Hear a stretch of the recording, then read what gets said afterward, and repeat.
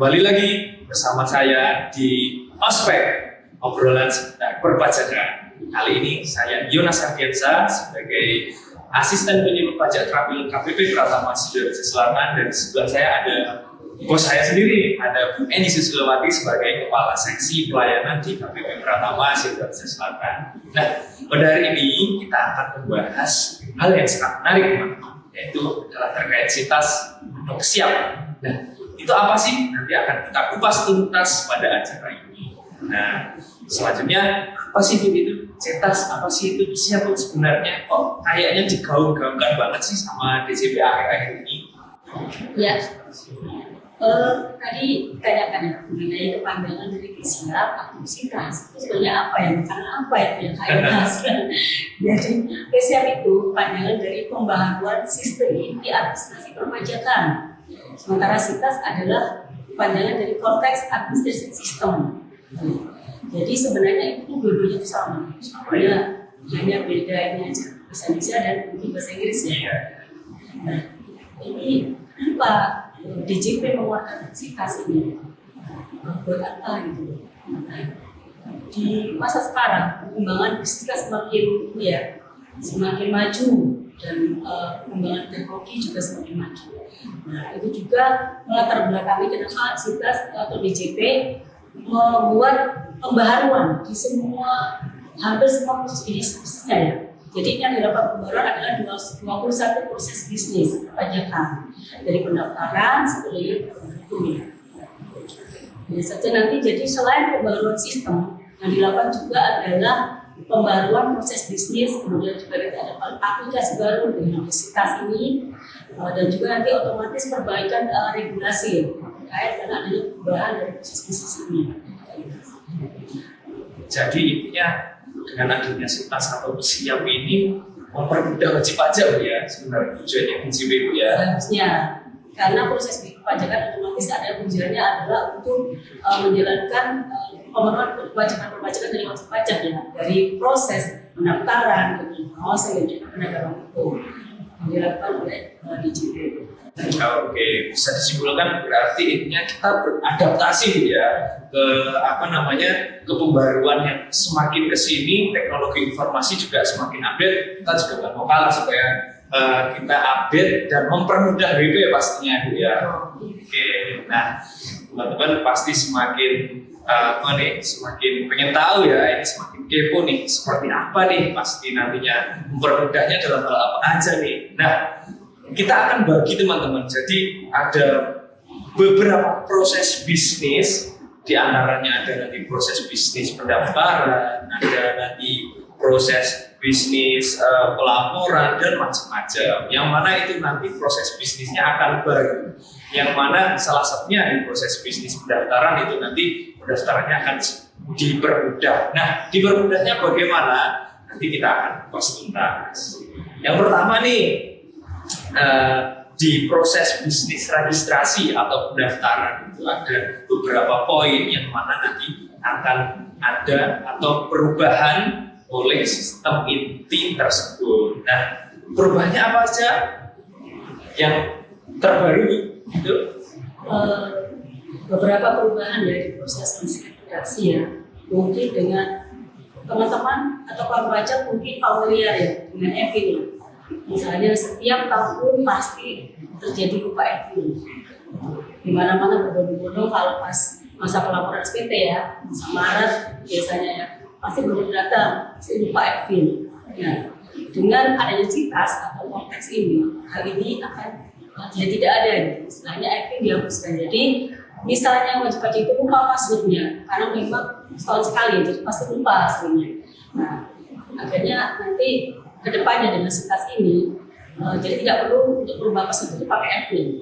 Jadi langsung bisa dirubah, nanti di akun wajib pajak sendiri bisa merubah password atau reset password. Itu antara lain ya. Semakin gampang ya, kemudian terpaksa. Mungkin itu antara lain ya yang lebih mengenai ke masyarakat umum, karena itu biasa terjadi setiap tahun. Semakin bermudah ya, jadi kawan pajak tidak perlu ke kantor nih. Terus ada lagi? Iya, jadi kalau sekarang mungkin ada pembatasan ya, kalau wajib pajak misalnya daftar harus KPP terdaftar. itu kan itu menyulitkan ya, karena sekarang kan bisa jadi masyarakat itu tidak hanya bekerja di rumah tempat tinggalnya atau domisilinya, tapi bisa bekerja di mana saja. Nah, dengan adanya sitas ini nanti wajib pajak bisa mendaftar di mana saja, KPP mana saja, tidak harus di KPP terdaftar. Jadi kayaknya itu lebih mudah. Jadi kalau saya nih alamatnya Sukama Jawa Timur, ternyata lagi atau bekerja di Jakarta, itu bisa daftar dari KPP sana Bu ya? Ya, bisa. KPP terdekat. Ya. Nggak harus pulang lagi ke Jawa Timur ya? Berarti mantap sekali. Sekarang lebih dimudahkan. Lebih gampang ya. Oke, itu mungkin di proses bisnis registrasinya. Nah, selanjutnya ada proses bisnis pembayaran nih teman-teman. Yang namanya kantor pajak itu pasti kan ada pendaftaran, pembayaran, laporan dan sebagainya. Yang kedua pembayaran nih. Ada apa sih yang baru di proses bisnis pembayaran?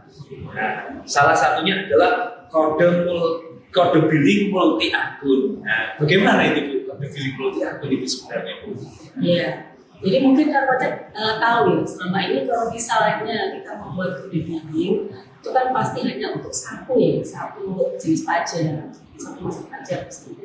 Nah, dengan adanya sitas INP depannya, jadi nanti bisa membuat kode billing itu untuk beberapa jenis pajak. Jadi memudahkan ya, langsung gitu, memudahkan. Terus juga langsung biasanya nanti ke depannya juga untuk membuat kode billing itu bisa langsung di-generate ya, dari nanti pelapor kita langsung bisa generate di kode billingnya. Jadi tidak susah kayak mungkin sekarang mungkin masih harus kita bantu dengan pajak gitu, double step berarti ya, langsung nanti dari satu sistem itu langsung nggak perlu kesana kemari, langsung bikin dari situ ya, satu pintu lah istilahnya ya Bu ya. Oke. Terus mungkin yang baru juga kayak jadi terkait dengan kode billing ini atau bilik pembayaran ini ada namanya deposit pajak. Jadi kayak mungkin sekarang banyak ya kalau kita pakai punya kayak sepatu e-wallet ya. Oke. Jadi nanti kalau misalnya kita punya OVO atau GoPay, sama GoPay itu kan bisa bayar di mana-mana ya, bisa untuk bayar apa saja ya, tagihan kita. Yaitu dengan deposit pajak itu seperti halnya kayak wallet itu. Jadi nanti bisa dipakai untuk pembayaran pajak ini saja. Jadi itu bisa menghindari keterlambatan pembayaran. Nanti sudah nanti terintegrasi sama OVO, GoPay dan sebagainya Bu ya. Nggak cuma berarti OVO nggak cuma bayar Gojek, Tokopedia sama Shopee Bu ya nanti kedepannya ya. Jadi bisa untuk langsung juga bayar deposit pajak kalau ini. Bisa untuk bayar pajak-pajak yang terutang.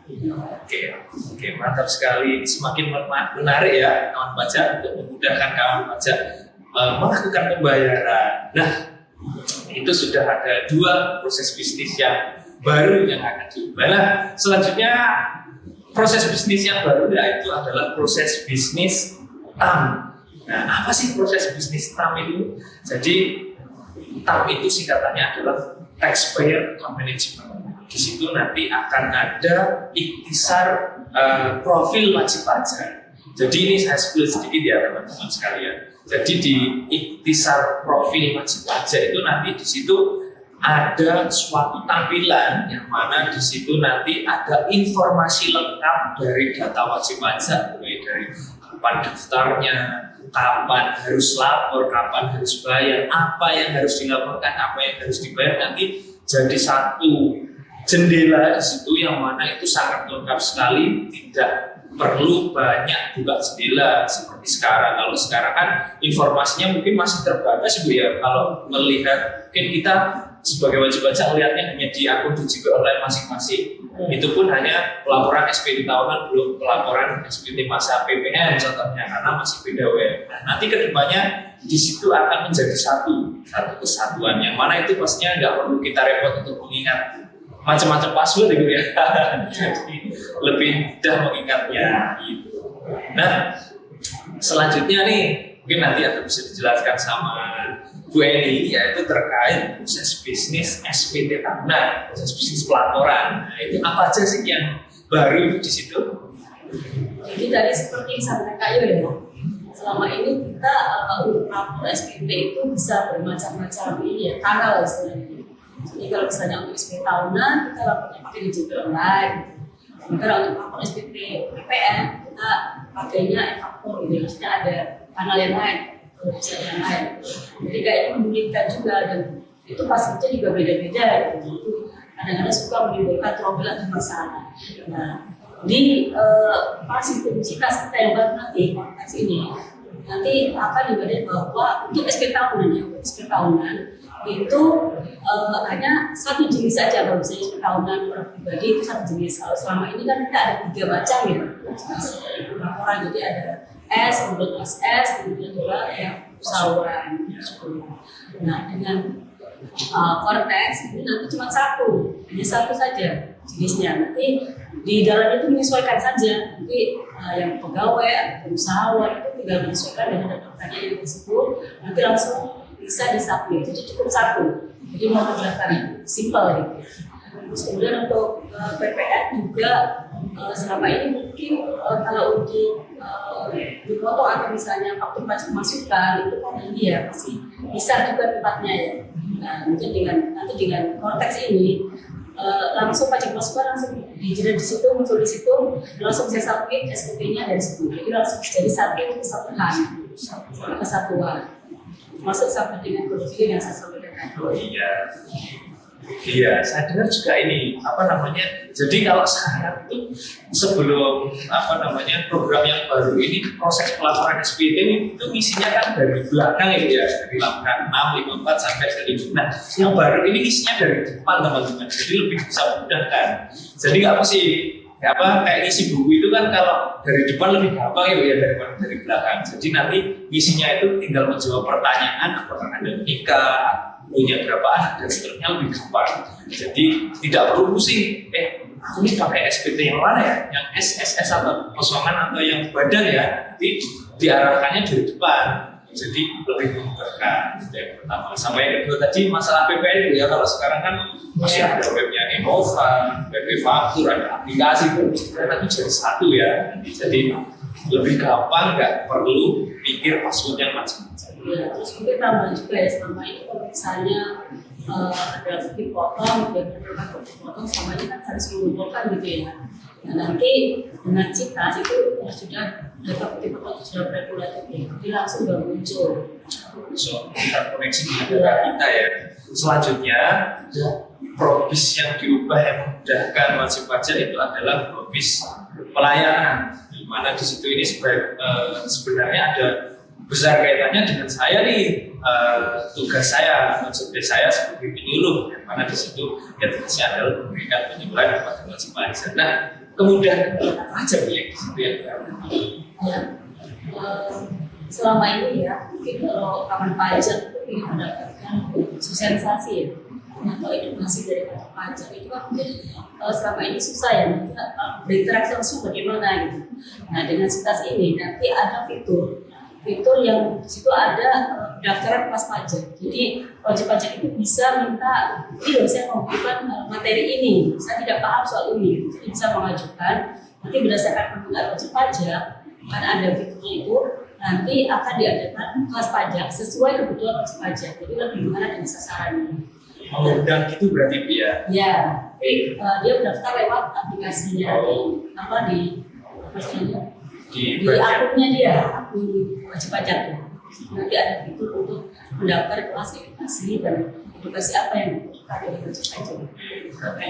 Semakin gampang, nggak perlu kesini datang Bu ya, berarti tinggal daftar aja di akunnya itu ya. Jadi nggak ada nih istilah birokrasi itu menyusahkan, tidak dong. Di DJP nanti akan sangat memudahkan, karena kalau kawan pajak semuanya nih butuh informasi atau butuh bimbingan ya yang kurang jelas terkait wajib pajak, terkait SPT tahunan, nanti bisa mengundang kami secara mengundangnya secara online atau secara aplikasi. Jadi nggak perlu. Dan itu diingat, itu tidak dipungut biaya teman-teman, alias gratis. Nah, terus teman-teman nanti wajib pajak terpilih nanti akan bisa mencoba nih sistem yang baru terkait CITAS atau siap ini. Nanti yang untuk akan dipilih bagaimana cara menggunakannya atau prototipenya Bu ya, lebih tepatnya mencoba prototip dari sistem CITAS ini. Jadi nanti bisa bisa diadakan bisa jadi kan sistem yang dipakai oleh BP itu berbeda ya dengan sistasi. Nanti dengan ada uji coba ini, tentu saja oleh wajib pajak yang terpilih ya, nah, itu nanti dia ada yang bisa menyesuaikan dengan sistem yang dipakai oleh wajib pajak. Menarik sekali. Tunggu ya siapa yang terpilih nanti. Oke, mungkin cukup sekian ya perbincangan kita sore ini dengan saya Yunus dan Bu Eni. Ya. Terima kasih ya. Semoga perbincangan kita yang sedikit ini bisa menambah wawasan kawan pajak semua ya terkait dengan apa sih sistasi itu. Karena memang kayaknya sekarang menarik perhatian karena memang itu perubahan besar yang akan dilakukan oleh DJP ke depan untuk mengimbangi perkembangan bisnis dan juga teknologi yang sekarang berlaku. Baik, cukup ya Bu Eni. Oke, terima kasih. Assalamualaikum warahmatullahi wabarakatuh.